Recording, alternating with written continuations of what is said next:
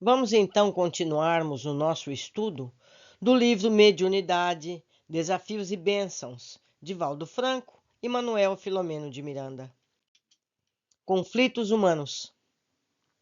Na raiz das inquietações que varrem o planeta sob o ponto de vista social e espiritual, a grande crise é de natureza moral. Tem havido insuperável progresso exterior, sem que venham ocorrendo simultaneamente os de natureza interna. Conquistam-se os espaços siderais, penetra-se na intimidade das micropartículas, realizam-se viagens monumentais, guerreia-se com armas inteligentes, formulam-se programas de apoio financeiro aos países em insolvência econômica, desenham-se planos para as cidades do futuro, sem a preocupação real com o ser humano, que merece todo o empenho e consideração. No seu processo evolutivo, ele vem avançando a duras penas, do instinto à razão, sem haver conseguido a vivência da lógica e do bom tom, não utilizando o raciocínio de maneira conveniente, porque ainda assinalado pelo egoísmo em primeiro lugar, esquecendo o item essencial da solidariedade que sustenta as vidas no grupo social, o que afasta do seu próximo mais próximo, mesmo dentro do lar, dando lugar às torpes inquietações.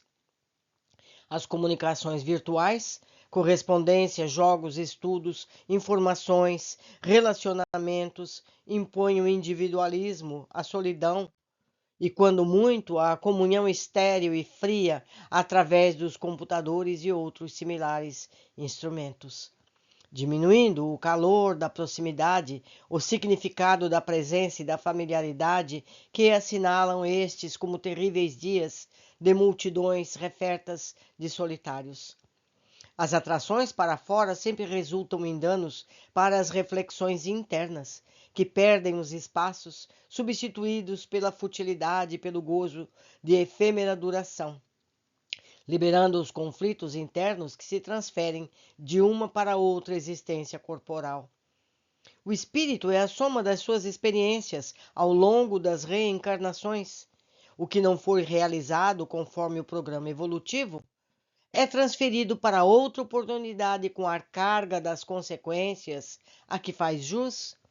A violência gerada pelo instinto de preservação da vida, que foi de grande utilidade no período primário da evolução, caso não seja substituída pela pacificação racional e disciplinada na mente, na emoção e na conduta, irrompe com frequência ante qualquer contrariedade ou frustração, produzindo descompassos psicológicos inumeráveis. Se é escamoteada pelos processos da educação social, ressurgirá mais tarde como fenômeno alienante ou perturbador em forma de depressão. Se liberada, torna-se desvario de consequências imprevistas. O medo ancestral que constitui, no seu momento próprio, para a manutenção da existência, mal conduzido, transforma-se em fator de desconfiança e de animosidade em relação à vida, à sociedade, iniciando-se no lar como tormento inquietante.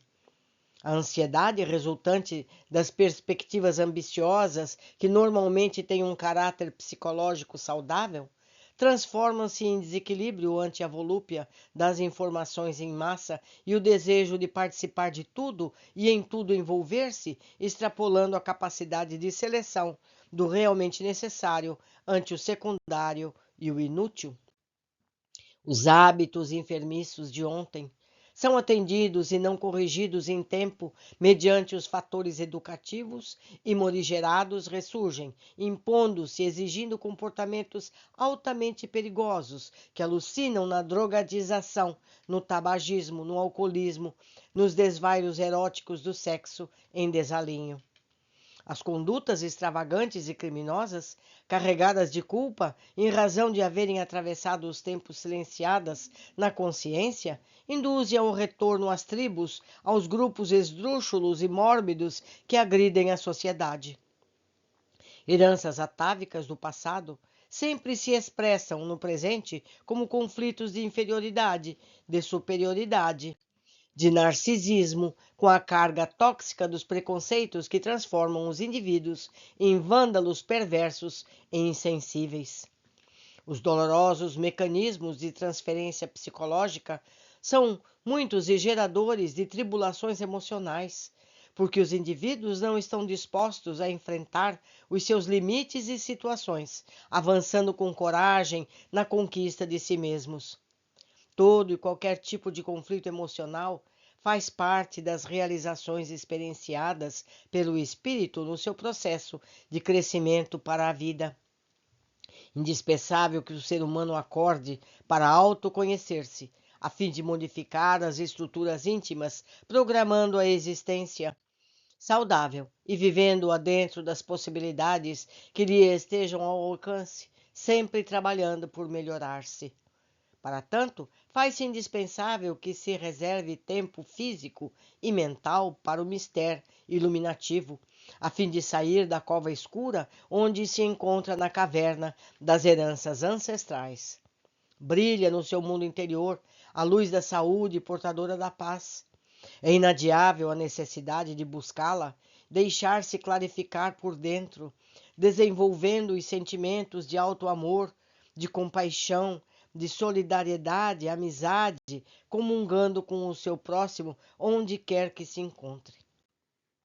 A solidão proposital é má conselheira, pois que a mente despreparada logo se utiliza do espaço e do tempo para cultivar as ideias perturbadoras, dando campo aos conflitos dilaceradores, impondo crenças absurdas de que as demais pessoas não lhe concedem a estima, não o respeito, nem mesmo consideração.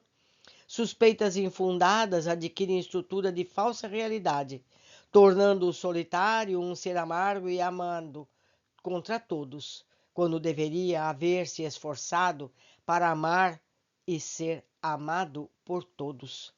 A vida é uma lição de participação, de cooperação em todos os sentidos, em todas as suas expressões, desde as mínimas organizações até os mais grandiosos conglomerados.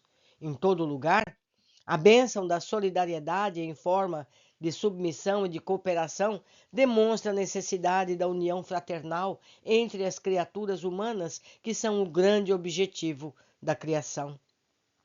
Ninguém, portanto, no mundo físico, que se não encontre assinalado pelos conflitos, sempre responsáveis pela insegurança emocional, pelas dúvidas afligentes, por algumas insatisfações, são perfeitamente saudáveis em determinados momentos a tristeza ou a melancolia, a ansiedade, o receio de ferir ou ferir-se, a dificuldade de decisão em situações graves.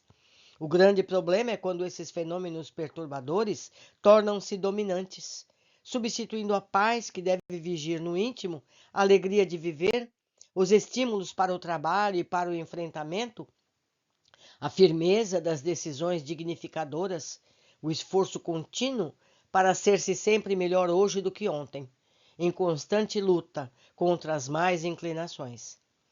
Ninguém se encontra na Terra em regime de exceção. Todos, portanto, estão sujeitos às condições do mundo, de provas e expiações, em razão da sua própria situação de espírito em processo evolutivo, ainda tateando com o primarismo de que não se conseguiu libertar. Em seu benefício, encontram-se as formosas conquistas da ética, da saúde, as formulações psicológicas e psiquiátricas libertadoras dos transtornos neuróticos e psicóticos, a contribuição inestimável das lições do Evangelho de Jesus, sem dúvida, o mais perfeito tratado psicoterapêutico preventivo e curador para as mazelas do corpo, da emoção e do espírito, ao alcance de todos quantos, honestamente, desejem o bem-estar e a paz. Por isso, a lei inexorável das reencarnações torna-se o caminho seguro para as conquistas da plenitude, ensejando o desenvolvimento do Cristo interno de cada criatura, que pode tornar-se feliz desde o momento em que descobre o objetivo essencial da existência, que é a sua entrega ao amor de Deus. Uma pessoa saudável e de alto valor para o grupo social, que se torna igualmente equilibrado, abrindo espaço para realizações nobilitantes, superando agastamentos, ciúmes, lutas internas, disputas insignificantes, conturbações doentias. O ser portador de saúde moral e espiritual transforma-se no foco, facultando a aquisição de valores desconhecidos ou desconsiderados, mas de fácil conquista quando se tem boa vontade e interesse em crescer e servir. Desse modo, a permanência de qualquer tipo de conflito no indivíduo faz parte do cardápio existencial, não o desanimando nem perturbando, mas se está esforçando para vencer-se e vencer os desafios, desde que para tanto encontra na doutrina espírita as diretrizes seguras para a autossuperação, para a construção do mundo melhor para todos, após haver se conquistado a si mesmo. Meus amigos, o roteiro está feito. Cabe cada um de nós procurar trilhá-lo. Ficamos hoje por aqui. Aguardo todos vocês na sequência desse nosso fantástico estudo.